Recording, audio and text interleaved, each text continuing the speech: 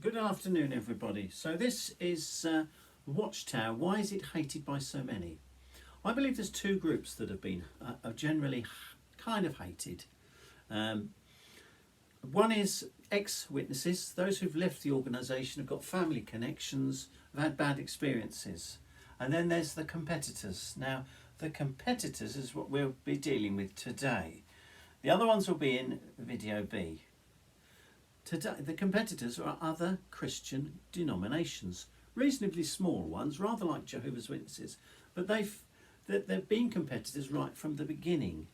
Now, at the beginning, how Jehovah's Witnesses came about, in a nutshell, was in the 1870s. A group of young Bible students in their early 20s started to meet together because they were concerned about the teachings in the evangelical and Adventist churches.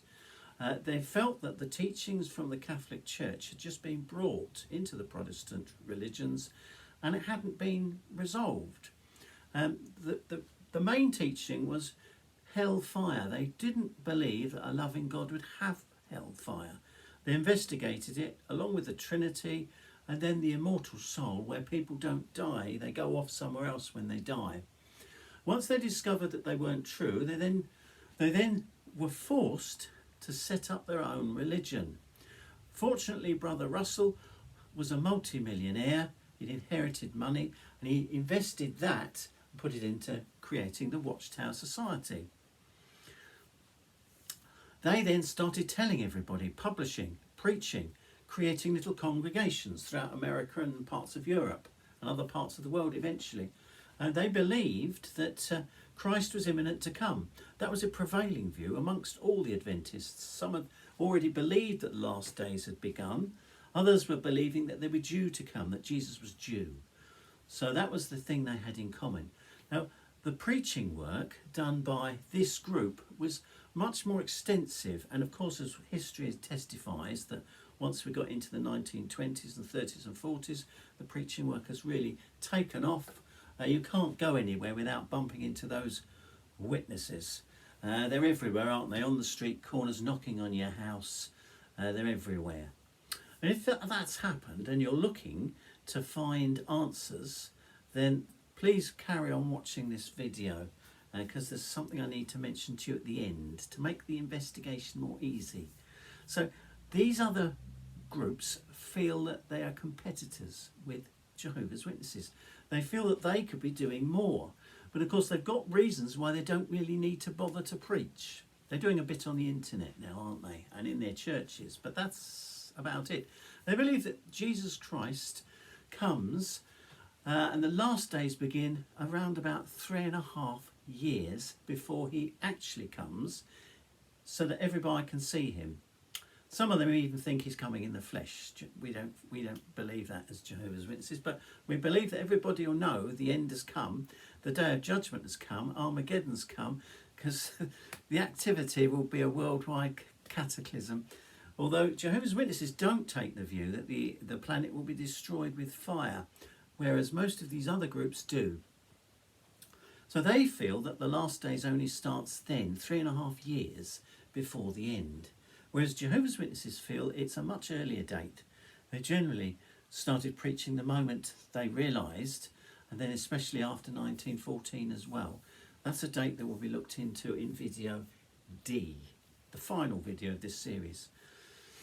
The reason why Jehovah's Witnesses have taken that view was that Jesus commanded his disciples to preach the good news. He said, one of the signs of the last days, when Jesus was imminent to return, was to preach the good news. And in Mark 13, it says it must be preached first as a thorough witness. And Matthew 24:14 mentions preaching the good news as one of the signs. So is it just for 3.5 years? Well, in Peter's letter, 2 Peter chapter 2, verse 5, it says that Noah was a preacher of righteousness. Now, Noah was given warning. If you check Genesis 6, Noah was given a warning. He was told, in 120 years, I'm bringing an end to this world.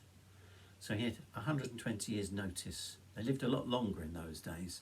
40 years before the flood, it's believed he started building the ark, and he was definitely preaching as well. And people would come and laugh at him actually, and he would preach to them. So the preaching work then lasted at least 40 years. In the first century, the disciples immediately started preaching, and they preached for 37 years before the Jewish system was brought to an end by General Titus, the Roman general, in 70 CE. But in 66 CE, 3.5 years earlier, the Christians read a prophecy of Jesus' words in Luke 21, which said, "When you see Jerusalem surrounded by armies, flee to the mountains," which they did. So they fled to the mountains, and then 3.5 years later, General Titus destroyed the city, took the slaves, took all the people who survived as slaves, and not a stone was left upon a stone, just as Jesus had foretold to his disciples and apostles in Matthew 24. So the preaching work, and there's another point as well. You see, the preaching work by the Christian organisation then just continued. The preaching continued. In fact, they filled the Roman Empire with their teaching, with Christianity. They filled it with Christian churches around the whole of the Roman Empire, and they caused a wave of persecution against them. So that preaching work has continued.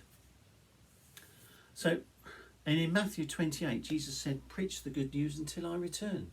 The last two verses of Matthew 28. So that's why Jehovah's Witnesses are a preaching organisation.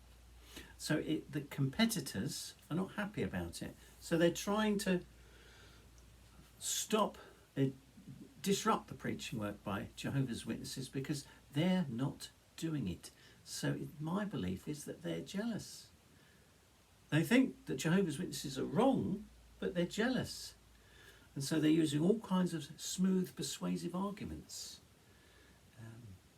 that sound very helpful and friendly, don't they? They look into the scriptures and they help you and be friendly. But Satan was friendly, wasn't he? When he spoke to Eve, he used smooth words, and she was deceived and lost her life and her husband's life. So sometimes hate speech can be done in a kindly, friendly, helpful way. So just as we finish, my point here is that when you're looking at the sites and you're trying to find out more about Jehovah's Witnesses, check on the channel. Don't just put the video on, check the channel, and then the channel will tell you how many videos have been made and who it is. If it's another church organisation, then you straight away know. Or if it's just lots of videos out to say negative things, then there's the point. So the next video is all about people's own life experiences and why they are upset with the Watchtower Society and being amongst the congregations. So that's next video in video B. Thank you.